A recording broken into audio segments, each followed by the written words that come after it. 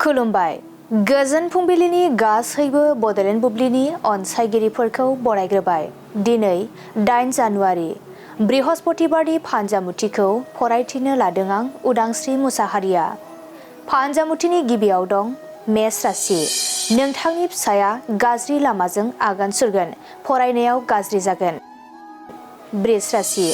सोरनिबा हाबाफारियाव बिबान मोनफानो हागौ, खामानियाव मुखुब जानानै थागोन। मिथुन राशि।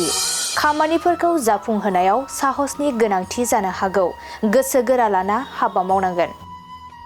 कर्क राशि। नोंथांनि नखराव गोजोन खुसि फैगोन, नखरनि जेंनाफोरा जोबस्रांगोन।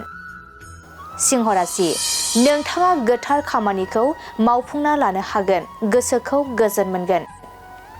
कन्या राशि। गोरोन्थि हाबा मावफ्लांनो हागौ, समाजाव अपमान खालामजागोन। तुला राशि। नोंथाङा रांखावरिफोरखौ दोनथुमनो हागोन, बेफार फालांगि खालामनायाव मुलाम्फा जागोन। वृश्चिक राशि। नोंथांनि बिमानि साननाया जाफुंसारगोन, बिमाया जोबोरैनो खुसि जागोन। धनु राशि। गोसोआव गाज्रि साननाय हनाया जायगा मोननो हागौ, गाज्रि हाबा मावफ्लांगोन।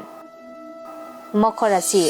आखायाव थानाय रांखावरिया खहा जानो हागौ, गोसोखौ जोबोरैनो दुखु मोनगोन। कुम्भ राशि। गावनि हास्थायनायखौ आबुं खालामना लानो हागोन, गोसोआ खुसिजों साग्लोबसारगोन। मीन राशि। लोगोफोरजों रंजा बाजायै सान बारहोनो हागोन, मोजां सान। दिनै सानसेनि राशि फरायथिनायाबो एसेनोसै। आसा खालामो नोंथांनि दिनैनि साना मोजाङै मोजां थांगोन।